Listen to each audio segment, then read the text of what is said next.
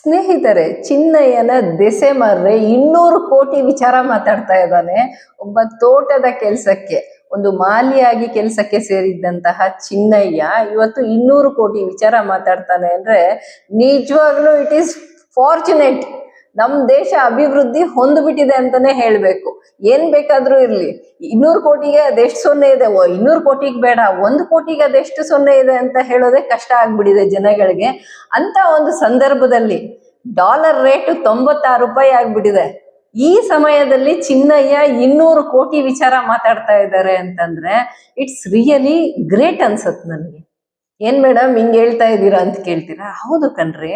ನೋಡಿ, ಒಬ್ಬ ತೋಟದ ಕೆಲಸ ಮಾಡುವ ವ್ಯಕ್ತಿಯನ್ನ ಇಟ್ಕೊಂಡು ಮೊದಲನೇ ಬಾರಿ ಒಬ್ಬ ಆ ವ್ಯಕ್ತಿಯನ್ನ ಕರ್ಕೊಂಡು ಬಂದ್ರು ಅಂತ ಯಾರು ಕರೀತಾರೆ, ಅವರು 200 ಕೋಟಿ ಖರ್ಚು ಮಾಡಿಬಿಟ್ಟು ಅಂದ್ರೆ 200 ಕೋಟಿ ಒಂದು ಡೀಲ್ ಅದು, ಅದರಲ್ಲಿ ನನ್ನ ಖರ್ಚು ಮಾಡಿ ಕರ್ಕೊಂಡು ಬಂದಿದ್ದಾರೆ. ನನಗೂ 50 ಲಕ್ಷ ಕೊಡ್ತೀನಿ ಅಂತ ಹೇಳಿದ್ರು. 15,000 10,000 ಎಲ್ಲ ಖರ್ಚಿಗೆ ದುಡ್ಡು ಕೊಟ್ಟಿದ್ದಾರೆ. ಈ ಆರೋಪಗಳನ್ನ ಮಾಡಿರುವಂತಹ ಚಿನ್ನಯ್ಯ ಹಾಗಾದ್ರೆ ಈಗ ಎಷ್ಟು ಕೊಟ್ಟಿರೋದಕ್ಕೆ ಈ ವಿಚಾರಗಳನ್ನ ಹೇಳ್ತಾ ಇದ್ದಾರೆ ಅನ್ನುವಂತಹ ಕ್ವೆಶನ್ ನನಗ್ ಬಂದಿದೆ. ಈಗ ನೆಕ್ಸ್ಟ್ ಯಾರಾದ್ರೂ ಇನ್ನೊಂದು ಗ್ಯಾಂಗ್ ಬಂದು ಇವ್ರಿಗೆ ಇನ್ನೆಷ್ಟು ಕೊಟ್ರೆ ಇವರು ಮತ್ತೆ ಮಾತಾಡ್ತಾರೆ?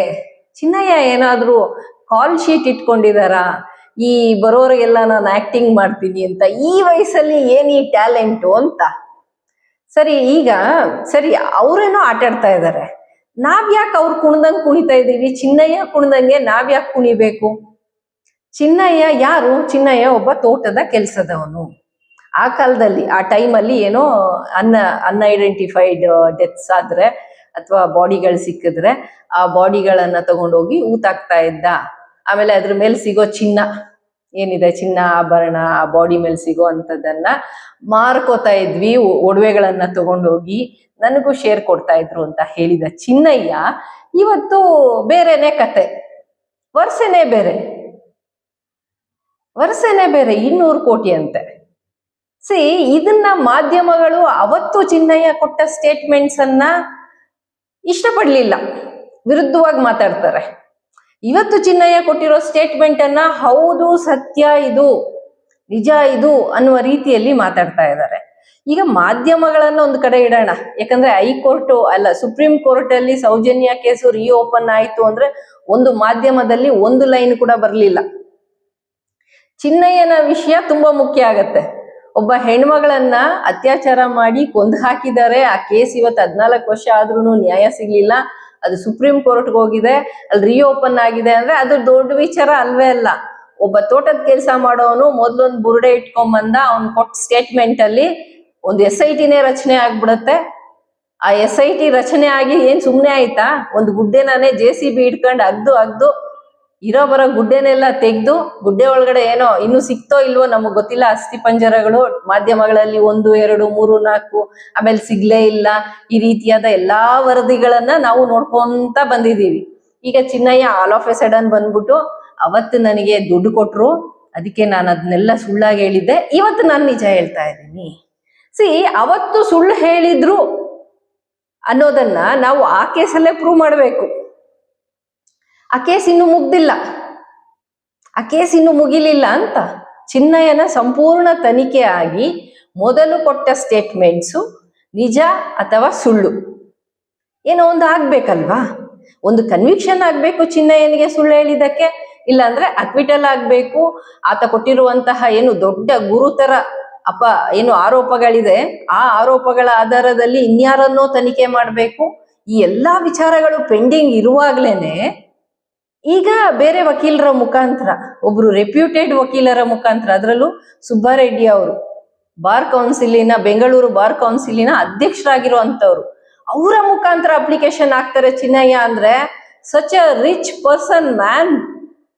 ಚಿನ್ನಯ್ಯ ಇವತ್ತು ರಿಚ್ ಪರ್ಸನ್. ಶ್ರೀಮಂತರ ವಕೀಲರನ್ನ ಇವತ್ತು ಹೈಯರ್ ಮಾಡ್ಕೊಂಡು ಹೈಕೋರ್ಟ್ ಬಾಗ್ಲನ್ನ ತಟ್ಟಿದ್ದಾರೆ. ಯಾಕಂದ್ರೆ ನಾನು ಯಾಕೆ ಈ ಸ್ಟೇಟ್ಮೆಂಟ್ ಮಾಡ್ತಾ ಇದ್ದೀನಿ ಅಂದ್ರೆ, ಅವತ್ತು ಚಿನ್ನಯ್ಯ ಸುಪ್ರೀಂ ಕೋರ್ಟ್ಗೆ ಹೋಗಿದ್ರು, ಮತ್ತೆ ವಕೀಲರ ದಂಡು ಬರ್ತಾ ಇದೆ ಅವ್ರ ಹಿಂದೆ ಅಂದಾಗ ಇದಕ್ಕೆ ಫಂಡ್ ಆಗಿದೆ, ಇಲ್ಲಿ ಯಾರೋ ಹಣ ಖರ್ಚು ಮಾಡ್ತಾ ಇದ್ದಾರೆ ಅಂತ ಹೇಳಿ ಇದೇ ಮಾಧ್ಯಮಗಳು ಪ್ರಸಾರ ಮಾಡಿದ್ರು. ಇವಾಗ ಇಷ್ಟು ದೊಡ್ಡ ವಕೀಲರನ್ನ ಹೈಯರ್ ಮಾಡ್ಕೊಳ್ಳಿಕ್ಕೆ ಯಾರು ಫಂಡ್ ಮಾಡಿದ್ದಾರೆ ಚಿನ್ನಯ್ಯನಿಗೆ ಅಂತ ಯಾಕೆ ಕೇಳ್ತಾ ಇಲ್ಲ? ವಿಚಾರ ಹೇಳಿ, ನಾನು ಬೇಡ ಅಂತ ಇಲ್ಲ. ವಿಚಾರ ಹೌದು, ಇವತ್ತು ಚಿನ್ನಯ್ಯ ಹೇಳಿದ್ದೇ ನಿಜ ಇರ್ಬೋದು, ಅವತ್ತು ಚಿನ್ನಯ್ಯ ಬುರುಡೆ ಹಿಡ್ಕೊಂಡು ಬಂದಿದ್ದು ಸುಳ್ಳಿರ್ಬೋದು.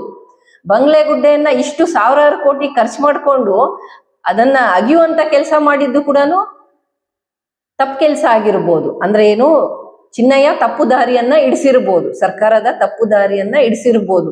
ಆದ್ರೆ ಈಗ ಹೇಳ್ತಾ ಇರೋದು ಸತ್ಯ ಅಂತ ಮಾಧ್ಯಮದವರಿಗೆ ಯಾಕೆ ಅನ್ನಿಸ್ತಾ ಇದೆ? ಯಾಕಂದ್ರೆ ಆ ತನಿಖೆ ಇನ್ನೂ ಮುಗ್ದಿಲ್ಲ. SIT ವರದಿ ಬಂದು ಅದರ ಮೇಲೆ FIR ಆಗ್ಬೇಕಾ ಬೇಡವಾ, ಅದು ಕೋರ್ಟ್ಗೆ ಹೋಗ್ಬೇಕಾ ಬೇಡವಾ, ಏನು ಆಗ್ಲಿಲ್ಲ ಇನ್ನು. ಈವೆನ್ ಬಿಫೋರ್ ದಟ್ ಯಾಕೆ ಈ ಡ್ರಾಮಾ? ಚಿನ್ನಯ್ಯ ಏನಾದ್ರು ಆ ಅಪ್ಪನ್ಗೇನು ಒಂದು 55 ವಯಸ್ಸು ಇರ್ಬೋದ, 55-60 ವಯಸ್ಸು. ಈ ವಯಸ್ಸಲ್ಲಿ ನ್ಯಾಚುರಲ್ ಆಕ್ಟಿಂಗ್ ಮಾಡೋದಕ್ಕೆ ಅವಕಾಶಗಳು ಸಿಕ್ಬಿಟ್ಟಿದ್ಯಾ? ಅದಕ್ಕೆ ಜನ ಖರ್ಚು ಮಾಡಿ ಆತನನ್ನ ಕೋರ್ಟ್ಗೆ ಬೇರೆ ಬೇರೆ ರೀತಿಯಾದ ಒಂದು ಸ್ಟೇಟ್ಮೆಂಟ್ಸ್ ಅನ್ನ ಆತನ ಮುಖಾಂತರ ಕೊಡಿಸ್ತಾ ಇದ್ದಾರ. ಏನಿದು ಬೆಂಕಿ ಮುಚ್ಚಿರೋ ಒಂದು ಬೂದಿ ಮುಚ್ಚಿರೋ ಒಂದು ಕೆಂಡ, ಬೆಂಕಿ ಮುಚ್ಚಿರೋ ಕೆಂಡ ಅಂತ ಇದೀನಿ. ಎಲ್ಲ ಇಂಥ ತಲೆ ಬಿಸಿ ಒಂಥರ ಏನ್ ಹೇಳ್ತಾರೆ, ತಲೆ ಕೆಡಿಸೋ ಕೇಸ್ಗಳು ಬಂದ್ರೆ ನಾವು ಗಾದೆಗಳನ್ನು ಕೂಡ ಉಲ್ಟಾ ಹೇಳ್ಬಿಡ್ತೀವಿ. ಸರಿ, ಅದೇನೇ ಇರ್ಲಿ. ಈ ವಿಚಾರಕ್ಕೆ ಬರೋಣ. ಈಗ ಚಿನ್ನಯ್ಯನನ್ನ ಒಂದ್ ಕೆಲಸ ಮಾಡಿ, ಸುಮ್ನೆ ಎಲ್ಲಾರು ಒಂದು ತೋಟದ ಕೆಲ್ಸಕ್ಕೆ ಕಳಿಸ್ಬಿಡಿ. ಮೊದಲೇ ನಮ್ಮ ಜಿಲ್ಲೆಯಲ್ಲಿ, ದಕ್ಷಿಣ ಕನ್ನಡ ಜಿಲ್ಲೆಯಲ್ಲಿ, ಚಿಕ್ಕಮಂಗ್ಳೂರು ಎಲ್ಲ ಕಡೆನೂ ತೋಟದ ಕೆಲ್ಸಕ್ಕೆ ಜನರ ಕೊರತೆ ಇದೆ.